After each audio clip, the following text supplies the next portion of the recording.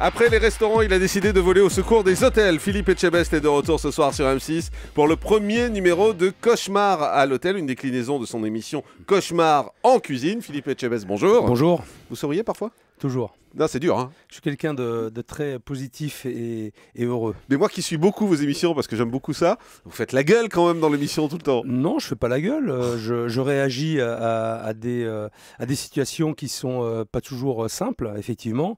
Après, je suis pas là, comme je dis tout souvent, pour être gentil au départ. Hein. Je suis là pour aider les gens. Donc après, il faut qu'ils acceptent effectivement mes remarques. Mais la finalité, en règle générale, elle est toujours belle. Ça se finit bien, quoi. Ça se finit toujours par de belles histoires.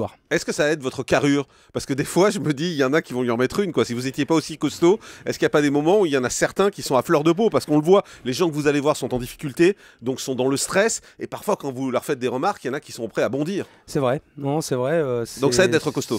Oui, c'est arrivé une fois où je suis sorti avec un candidat, on dirait, pour s'expliquer, mais bon, je lui ai expliqué les choses. Hein. J'étais pas là pour le casser, quoi, véritablement. J'étais là pour l'aider, mais c'est vrai que ça peut être dur, effectivement, le premier jour en tout cas. Mais ce qui est étonnant, c'est qu'ils font des erreurs qui sont parfois souvent grossières, les gens chez qui vous allez. On parle des restaurants, on parlera de l'hôtel après, mais au niveau des restaurants, moi j'ai vu le dernier épisode qui était diffusé où par exemple ils écrivaient poisson frais sur la carte alors que c'était du poisson surgelé. Et on se dit, mais comment c'est possible, quoi? C'est tellement évident. Mais il y a tellement de choses on se pose tellement de questions finalement quand on voit cette émission. Beaucoup de gens se disent comment c'est possible. Bah oui. Est-ce que c'est vrai? Mais c'est vrai, c'est la réalité, malheureusement, je dirais. Et les gens sont une telle spirale négative et de détresse qu'ils ne voient plus les choses, ils font plus attention à rien. Alors parfois, il y a le manque de professionnalisme, c'est pour ça que j'interviens aussi. C'est aussi pour faire de la formation, parce que c'est très important. Et c'est pour expliquer aussi qu'il ne faut pas se foutre de la gueule du consommateur non plus, quoi. C'est quand même important, toutes ces choses-là. C'est-à-dire qu'ils sont tellement embourbés qu'ils se rendent même plus compte des évidences. Ouais, c'est vrai. Non, mais ça peut paraître incroyable. Et moi, je suis là pour leur ouvrir les yeux. Et c'est en mettant des gifles, mais c'est virtuel, justement, que je leur fais prendre conscience de ces choses-là. J'ai 48 heures pour qu'ils basculent psychologiquement.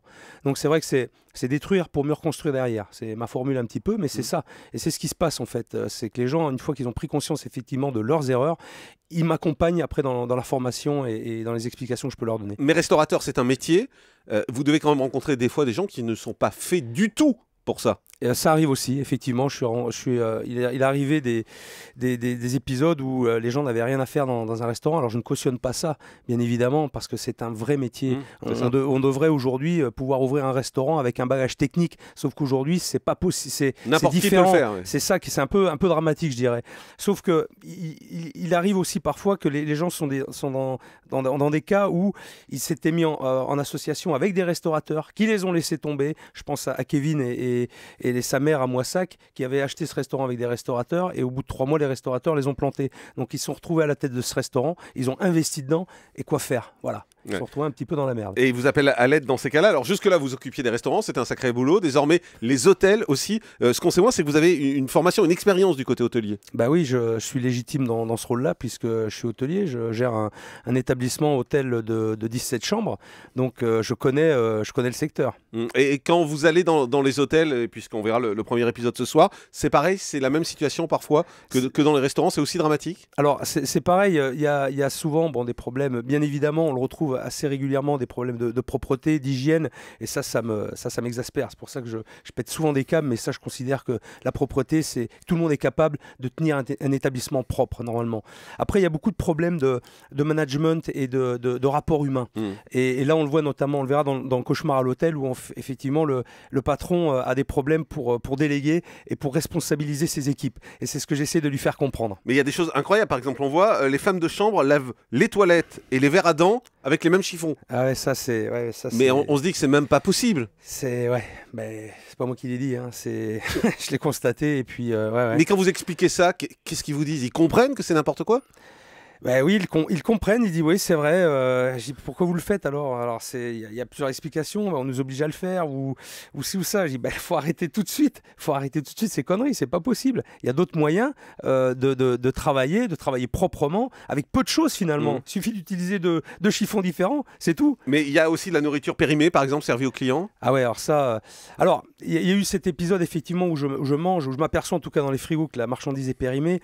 et je mets tout à la poubelle, enfin pour l'offrir aux propriétaires, parce que j'ai horreur de jeter la marchandise. Périmé, ça veut pas dire que c'est pas bon. On peut manger un produit périmé s'il il est passé d'une semaine. Voilà, on va pas être malade pour ça. Mais je considère que dans un restaurant ou dans un hôtel, on n'a pas le droit de servir à des clients de la marchandise périmée. On n'a pas le droit de faire ça. Et là aussi, là, je pète un câble à cause de ça, quoi. Il y a plein de marchandises périmées. Et voilà. Mais est-ce que quand on y va avec une équipe, on n'a pas tendance à accentuer le trait malgré tout? C'est la vraie réalité? Non, attends, je vais être très clair, on n'accentue rien du tout. Moi, je suis en live, d'accord, je connais très peu sur les gens au départ. C'est justement ce que je souhaite. Je veux pas connaître l'histoire. Je veux arriver à avoir un œil avisé et pur pour avoir des réactions. Je dirais spontanées. Ça, c'est parce que j'aime pas réfléchir en amont. J'aime bien justement dans le direct. C'est ce qui me plaît justement. Mais il n'y a pas de... Non, ce qu'on voit, je le découvre avec vous. Et ça me... Voilà, ça mais est-ce que vous avez vu ce matin l'interview dans le Dauphiné du patron de l'hôtel qu'on va voir ce soir? Il est furieux contre vous. Il est furieux contre vous. Il dit l'équipe a filmé uniquement les aspects négatifs en prenant soin de ne pas évoquer les points forts de l'établissement.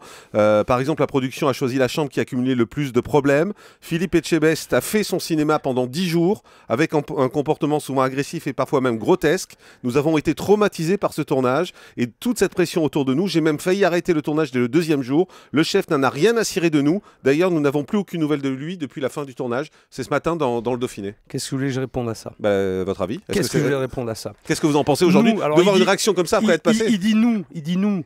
Lui peut-être, son équipe, je suis pas certain. Je suis pas certain que son équipe ait réagi comme ça parce que il avait une équipe extraordinaire. Voilà. Mais après, qu'est-ce que vous ressentez aujourd'hui? Parce que vous êtes passé, vous avez tenté de l'aider. Aujourd'hui, vous lisez ça dans le Dauphiné. Je vous le donnerai si vous l'avez pas lu. Je veux bien le lire. Ouais. J'ai fait mon cinéma. Je fais pas de cinéma du tout. C'est vrai que c'était dur. Il y a eu beaucoup de confrontations avec Monsieur Pirat.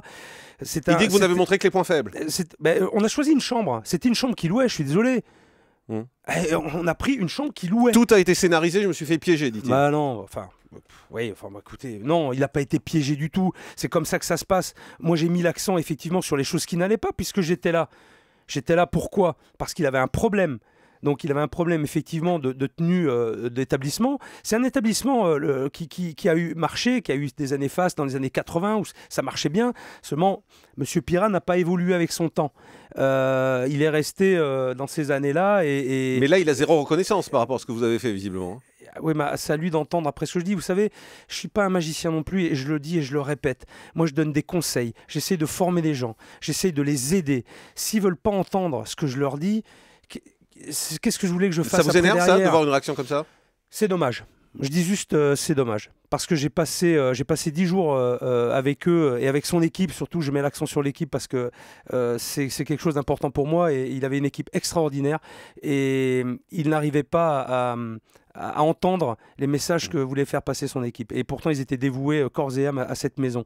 J'étais moi vraiment très touché par ces gens-là. Il dit qu'il n'a plus de nouvelles de vous depuis le tournage? Il n'en a pas eu, effectivement. Moi, j'en ai des nouvelles. J'ai des nouvelles de lui par l'intermédiaire de mes experts. Et par la presse? La presse, notamment, là, effectivement. Mais les experts prennent des nouvelles. Alors, il pourra dire ce qu'il voudra, mais les gens sont accompagnés et suivis. C'est les experts qui prennent des nouvelles et pas vous directement. Voilà, s'ils ont besoin d'un soutien, les experts sont là. C'est le but aussi du programme, c'est de ne pas laisser les gens seuls après. Moi, il faut savoir que je les débriefe. Alors, ce que dit pas Monsieur Pirat, c'est que pendant 2 heures, avant de partir, j'explique bien ce qui va se passer. J'explique bien ce qu'il faut faire. Voilà, après... Voilà, je ne peux pas aller contre ses propos. Je dirais tant pis pour lui, voilà. Europe